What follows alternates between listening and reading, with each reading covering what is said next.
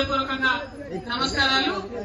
తీజ్ పండుగలో భాగంగా ఇక్కడికి ఇన్వైట్ చేసినందుకు మీ అందరికీ మనస్ఫూర్తిగా ధన్యవాదాలు తెలియజేస్తున్నాను.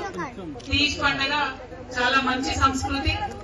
మన జీవితంలో ఎట్లయితే కష్టపడి ఒక చిన్న విత్తనం నాటితే అది పెద్దగా పైరుగా పంటగా చెట్టుగా ఎదుగుతుందో అది తెలిసే విధంగా తీజ్ ని మనం చేసుకుంటాం. ముఖ్యంగా ఆడపిల్లలందరూ కలిసి మరి గోధుమలైనా గోధుమలు నాటి వాటిని 9 రోజులు ఉంచి మంచిగా మొలకలైన తర్వాత ఊరేగించి మరి మా జీవితం బాగుండాలని కోరుకుంటారు.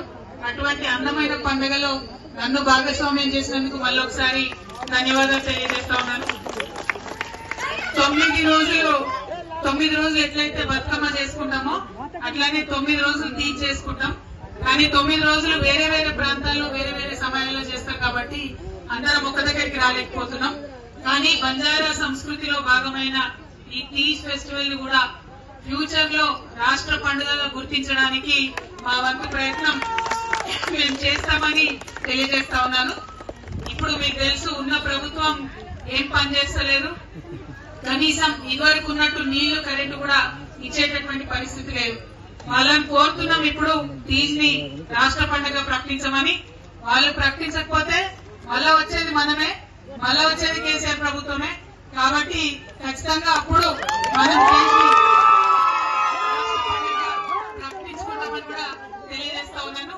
మళ్ళీ ఒకసారి ఈ అంజిరెడ్డి కాలనీ పవన్పురి కాలనీ వాసులందరికీ కూడా మరి మీకు ఇక్కడ ఉన్న కష్టాలన్నీ చెప్పిర్రు.